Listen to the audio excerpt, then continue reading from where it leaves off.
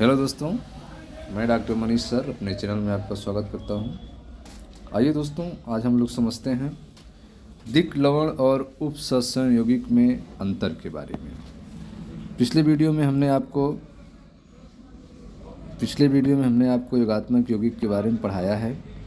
योगात्मक यौगिक दो प्रकार के होते हैं, दिक् लवण और उपसंहरण यौगिक। इन दोनों को हमने अलग अलग आपको समझा दिया है।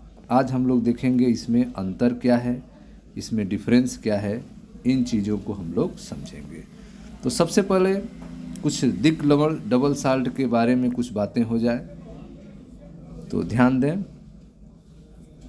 हाँ, दिक् लवणों का निर्माण दो साधारण लवणों के सममोलर अनुपात मिश्रित होने से बनते हैं।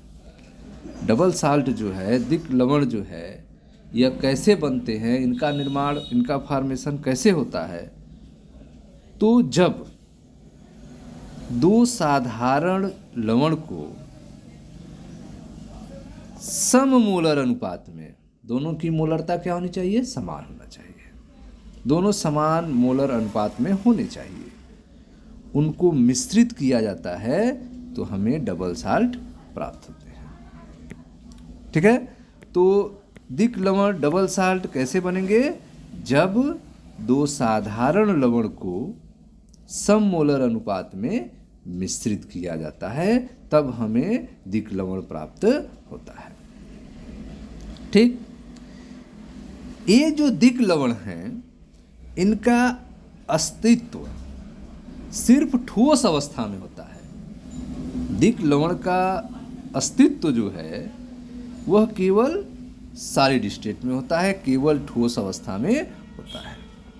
ठीक है, ये जलीय विलयन में, जब इनको जल में घोल दिया जाएगा तो यह जलीय विलयन में तीन प्रकार के आयन में टूट जाते हैं।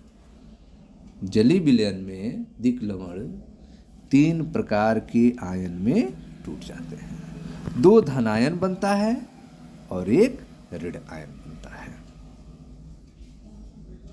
ठीक है, चौथी प्रॉपर्टी, इन लवणों में धातु आयन अपनी सामान्य संयोजकता प्रदर्शित करते हैं। जो दिक् लवण है उनमें जो धातु आयन होते हैं वे अपनी सामान्य संयोजकता, जो उनकी नॉर्मल बैलेंसी होती है, उसको प्रदर्शित करते हैं।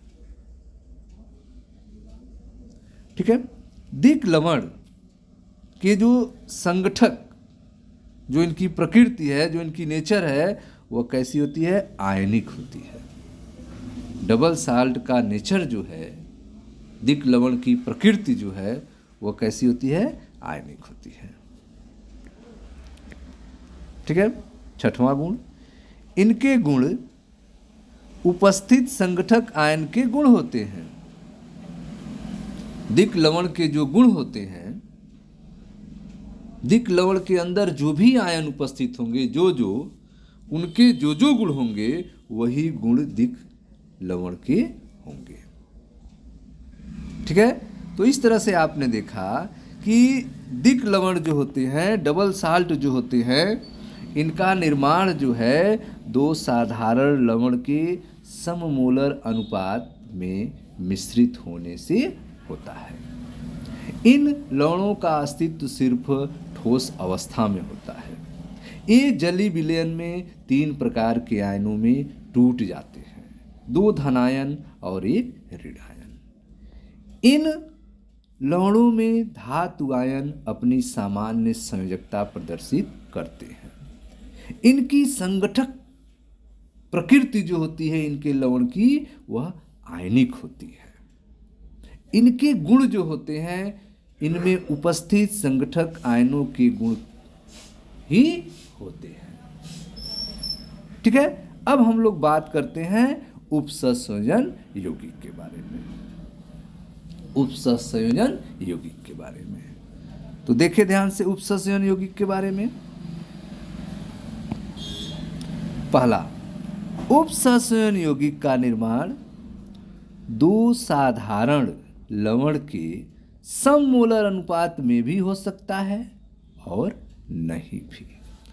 दिक लवण का निर्माण जो है दो साधारण लवण के सममोलर अनुपात के कारण हुआ है, लेकिन आप देख रहे हैं यहाँ पर उपसंयोजन यौगिक का निर्माण जो है दो साधारण लवण के सममोलर अनुपात में भी हो सकता है और नहीं भी हो सकता है।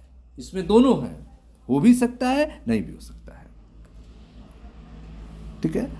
उपसंयोजन यौगिक का अस्तित्व ठोस और विलयन दोनों में होता है।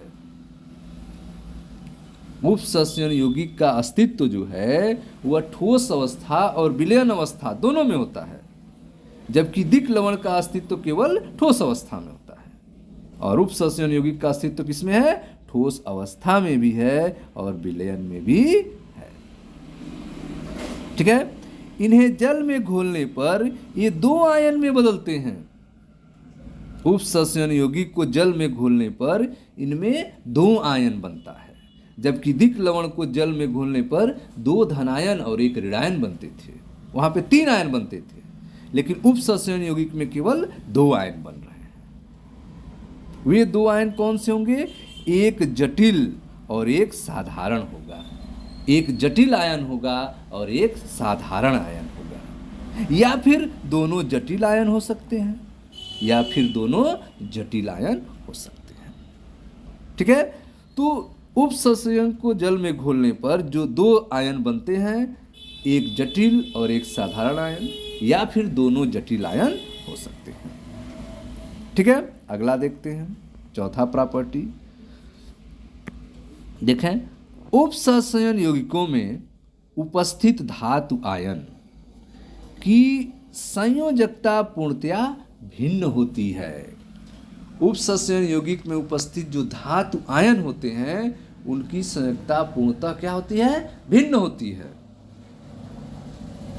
दिक लवण में आपने देखा था कि जो जिनसे वो बने होते हैं उनकी संयोजकता साधारण संयोजकता होती है, लेकिन उपसंयोजन यौगिक में उपस्थित धातु आयन की संयोजकता पूर्णतया भिन्न होती है। इनमें आयनिक व उपसंयोजक प्रकृति होती है। उपसंयोजन यौगिकों में आयनिक और उपसंयोजक प्रकृति होती है, जबकि दिक लवण में आपने देखा था कि उनमें केवल आयनिक प्रकृति होती है, जबकि उपसंयोजन यौगिक में दोनों प्रकृति है। उनमें आयनिक और उपसंयोजक दोनों प्रकृति होती है। छठवां देखें, जटिल आयन का गुण उपस्थित संगठकों के गुणों से प्रायः भिन्न होता है। जटिल आयन का जो गुण होता है वह उनमें उपस्थित जो कंपोनेंट हैं, जो संगठक हैं, उनके गुणों से प्रायः भिन्न होता है। जबकि दिक लवण में आपने देखा था कि उसके जो संगठक होते हैं उन्हीं के गुण वह प्रदर्शित करता है, जबकि उपसंयोजन यौगिक आप देख रहे हैं कि जटिल आयन का गुण जो होगा वह उपस्थित संगठक के गुण से बिल्कुल भिन्न होगा, प्रायः भिन्न होगा। ठीक है। तो इस तरह से आपने दोनों में डिफरेंस देखा, दोनों में अंतर देखा। ठीक है। तो एक बार फिर देख लेते हैं हम लोग एक साथ दोनों को, देखें ध्यान से। दिक लवण एवं उपसंयोजन यौगिक में अंतर, दिक लवण और उपसंयोजन यौगिक में अंतर। ठीक है। दिक लवण में दिक लवण का निर्माण दो साधारण लवण के सममोलर अनुपात में मिश्रित होने से बनते हैं। उपसंयोजन यौगिक में क्या है? उपसंयोजन यौगिक का निर्माण दो साधारण लवण के सममोलर अनुपात में भी हो सकता है और नहीं भी, में भी हो सकता है और नहीं भी। ठीक है। हो भी सकता है और नहीं भी हो सकता है। ठीक है। इसमें हो भी सकता है और नहीं भी हो सकता है। ठीक है। अगला देखते हैं, दूसरा नंबर। इन लवणों का अस्तित्व सिर्फ ठोस अवस्था में होता है, जबकि उपसंयोजन में इनका अस्तित्व ठोस और विलयन दोनों अवस्थाओं में होता है। तीसरा देखते हैं, ए जली विलयन में 3 प्रकार के आयन में टूटते हैं, 2 धनायन और 1 ऋणायन। उपसस्यों में क्या होता है, इन्हें जल में घोलने पर 2 आयन में बदलते हैं, एक जटिल और एक साधारण आयन, या फिर दोनों जटिल आयन। चौथा, इन लवणों में धातु आयन अपनी सामान्य संयोजकता प्रदर्शित करते हैं दिक् लवण में, जबकि उपसंयोजन यौगिक में इनमें आयनिक और उपसंयोजक प्रकृति होती है। उपसंयोजन यौगिक में उपस्थित धातु आयन की संयोजकता पूर्णतः भिन्न होती है। उपसंयोजन यौगिक में उपस्थित धातु आयन की संयोजकता पूर्णतः क्या होती है, भिन्न होती है, जबकि दिक् लवण में धातु आयन की सामान्य संयोजकता प्रदर्शित करते हैं। संगठक लवण की प्रकृति आयनिक होती है। दिक् लवण में संगठक लवण की प्रकृति कैसी होती है, आयनिक होती है, जबकि उपसंयोजन यौगिक में इनकी प्रकृति आयनिक और उपसंयोजक प्रकृति होती है। छठवां अंतर, इनके गुण, इनमें उपस्थित संगठक आयन के गुण होते हैं, जबकि उपसंयोजन यौगिक में जटिल आयन का गुण जो है उपस्थित संगठक के गुण से प्रायः भिन्न होते हैं, डिफरेंस होते हैं। ठीक है स्टूडेंट्स, तो यह था आपका दिक् लवण और उपसंयोजन यौगिक में अंतर के बारे में। Okay students, thank you.